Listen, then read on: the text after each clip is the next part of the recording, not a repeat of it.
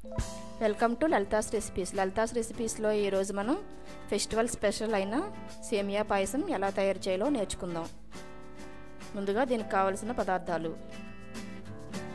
సేమియా 1 కప్పు సుమారుగా 150 గ్రాములు, పాలు 1/2 లీటరు, పంచదార 1/2 కప్పు 75 గ్రాములు, జీడిపప్పు కొద్దిగా కిస్మిస్,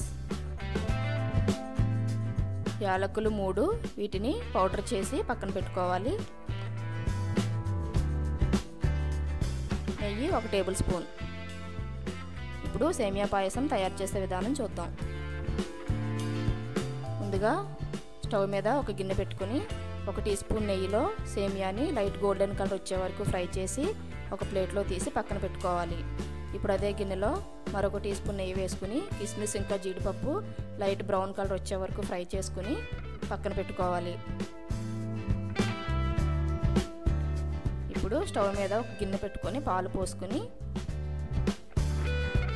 పాలని ఒక పొంగు వచ్చే వరకు మరిగించుకోవాలి. పాలు మరిగిన తర్వాత ఫ్రై చేసి పెట్టుకున్న సేమియాని పాలలో వేసుకొని సేమియాని ఉడికించుకోవాలి.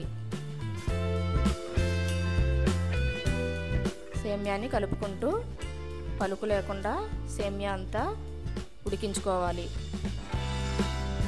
గరిటెతో తీసి చేతితో చిదిమితే సేమియా పలుకు లేకుండా ఉన్నట్లయితే ఇప్పుడు దానిలో షుగర్ కూడా వేసుకొని కలుపుకోవాలి. తర్వాత దీనిలో ఫ్రై చేసి పెట్టుకున్న జీడిపప్పు ఇంకా కిస్మిస్ కూడా వేసుకొని కలుపుకొని ఇలాచీ పౌడర్ వేసుకుంటే సేమియా పాయసం ప్రిపరేషను అయిపోయినట్టే.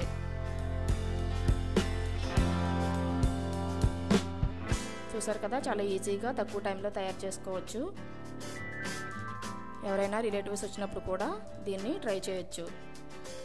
దీన్ని ఒక సర్వింగ్ బౌల్లోకి తీసుకొని హాట్గా కానీ లేకపోతే చల్లారిన తర్వాత ఫ్రిడ్జ్లో పెట్టుకొని చల్లగా తిన్నా కూడా చాలా టేస్టీగా ఉంటుంది.